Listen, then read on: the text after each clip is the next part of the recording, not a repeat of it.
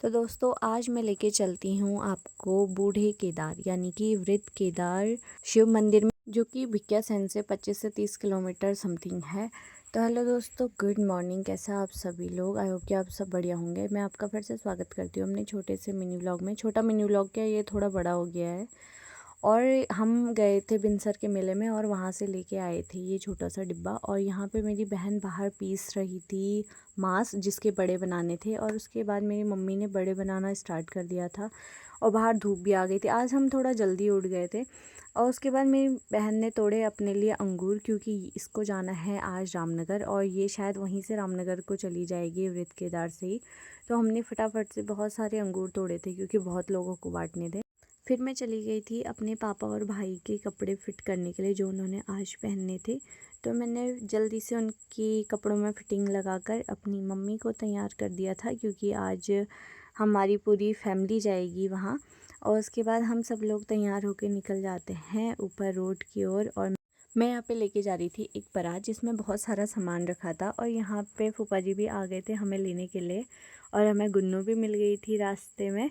फिर उसके बाद हम निकल जाते हैं सीधे केदार को। और अभी पहुँच गए हैं हम जैनल पे हमने तेल भरवाया गाड़ी में। उसके बाद हम निकल जाते हैं आगे को। और यहाँ से एक रोड जाती है दीघाट को, एक जाती है मानिला मौलीखाल को। उसके बाद हम पहुँच जाते हैं नौला, और इससे थोड़ा सा आगे ही मेरा ननिहाल पड़ता है जिसका नाम है जैतखोला। और आगे चलते हमें दिखता है एक बड़ा सा फूल का पेड़ में हो रखे थे फूल भाई।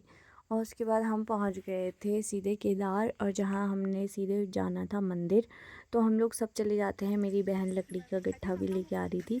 और यहाँ पे ना ये रामगंगा नदी है जिसमें छोटा सा पुल बनाया था। और योगेश भाई को हो गई थी गर्मी, जो यहाँ पे नहाने के लिए बैठ गए थे। यहाँ पे इतनी सारी मछलियाँ थी, बहुत सारी। और जैसे ही इनको चारा दो तो सब ऊपर आ जा रहे थे। थोड़ी देर में यहाँ पे किसी की यात्रा भी आ जाती है गंगा स्नान के लिए। और कहा जाता है कि हर शुभ काम से पहले गणेश जी की स्थापना होती है, गणेश जी की पूजा की जाती है। तो हम भी गणेश जी को स्नान करवा के लेके आ गए। और पंडित जी यहाँ पे तैयारी कर रहे थे और हम लोग चले गए थे अंदर शिव जी के दर्शन करने के लिए। वृद्ध केदार एक बहुत ही पुराना शिव मंदिर है जो रामगंगा नदी के तट पे स्थित है। और यहाँ पे मम्मी लोग बैठ गए थे पूजा में। और उसके बाद हम इसको ले गए थे रामगंगा के किनारे, जहाँ पे इसको लगनी थी हल्दी। और मेरी बहन भी अछाड़ लेकर आ गई थी। तो मैंने और मेरी बहन ने अछाड़ पकड़ा था और मेरी मम्मी लोग इसको हल्दी लगा रहे थे। मम्मी और चाची ने हल्दी और दूबा लगाया इसको। और उसके बाद मैंने और रितु ने भी इसको हल्दी और दूबा लगा दिया था। फिर आ गए थे पापा, जिन्होंने इसको हल्दी भी लगाई और थोड़ा सा नहला भी दिया।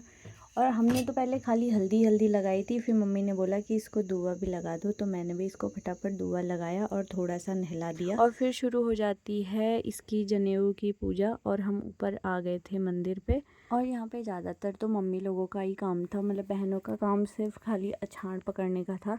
तो हम लोग चले गए थे थोड़ा बहुत वीडियो बनाने के लिए। और यहाँ पे ये लोग गोल गोल चक्कर काट रहे थे। मैंने देखा कि मंदिर में पूजा हो रही थी और यहाँ पे ना एक ढोलक था जो अपने आप ही बज रहा था।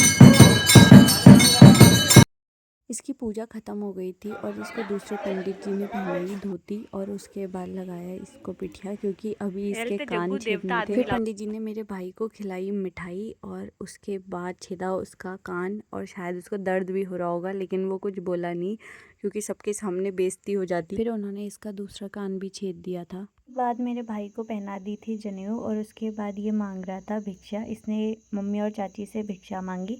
और उसके बाद चले गया था ये सूर्य पूजा करने के लिए। और सूर्य देव को जल चढ़ाने के बाद इसका कार्यक्रम यहीं पे संपन्न होता है। यहाँ पे मैं थोड़ा सा इसके साथ फ़ोटो खिंचवा लेती हूँ।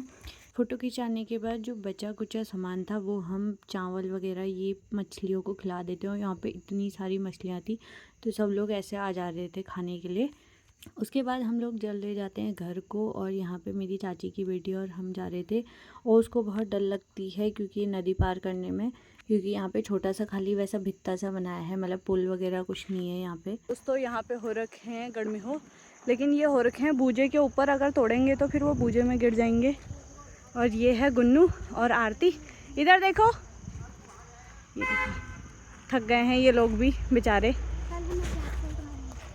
और ये हूँ मैं भी थक गई हूँ बहुत ज़्यादा। तो अब चलते हैं।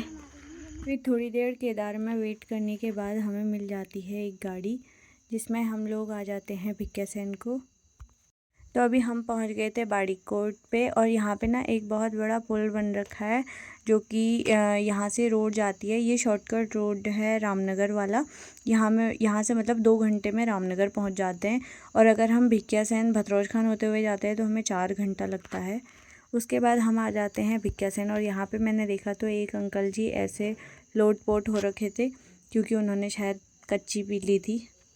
और उसके बाद हम लोग आ जाते हैं अपने घर को। तो आज के लिए इतना ही, मिलते हैं नेक्स्ट व्लॉग में।